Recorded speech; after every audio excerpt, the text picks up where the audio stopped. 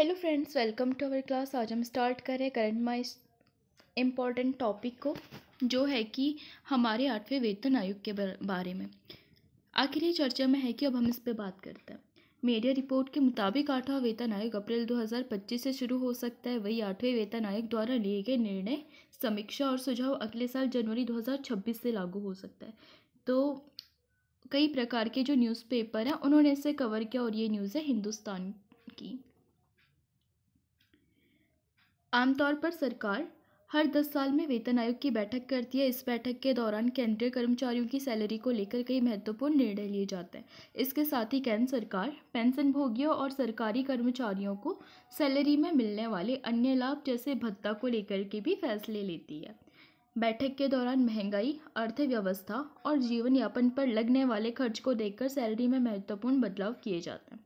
वही बैठक के दौरान पेंशन भोगियों और केंद्रीय कर्मचारियों को मिलने वाले भत्ते यानी कि अलाउंस को लेकर भी बदलाव किए जाते हैं।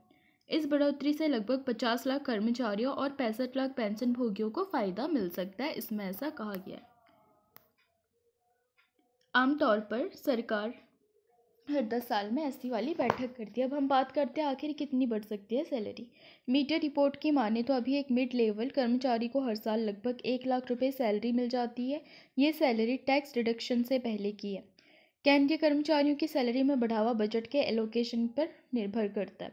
अगर 1.75 लाख करोड़ रुपए सैलरी बढ़ोतरी के लिए आवंटित होती है तो सैलरी 1,14,600 रुपये प्रतिमाह हो सकती है, और अगर 2 लाख करोड़ रुपए दिए जाते हैं तो सैलरी 1,16,700 रुपये प्रतिमाह हो सकती है। वहीं अगर 2.25 लाख करोड़ रुपए दिए जाते हैं तो ऐसे में सैलरी बढ़ करके 1,18,800 रुपये प्रतिमाह हो जाते हैं।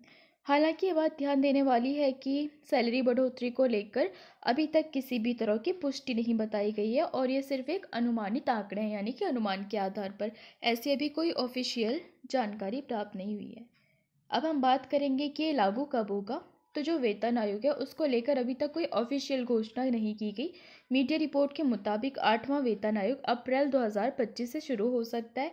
वहीं 8वें वेतन आयोग यानी कि 8th पे कमीशन द्वारा लिए गए निर्णय, समीक्षा और सुझाव अगले साल जनवरी 2026 से लागू हो जाएंगे। पिछला वेतन आयोग कब लागू हुआ, अब हम जरा इस पे भी बात करते हैं।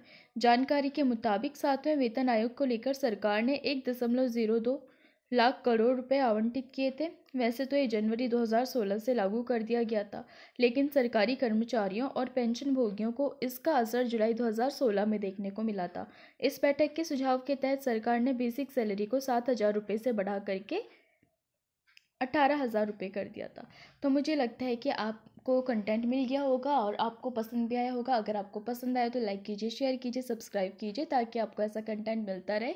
और जो चैनल है टेलीग्राम का, उसका लिंक आपको डिस्क्रिप्शन में मिल जाएगा। आप वहाँ पे जा कर के टेलीग्राम को ज्वाइन कर सकते हैं। Thanks to watching.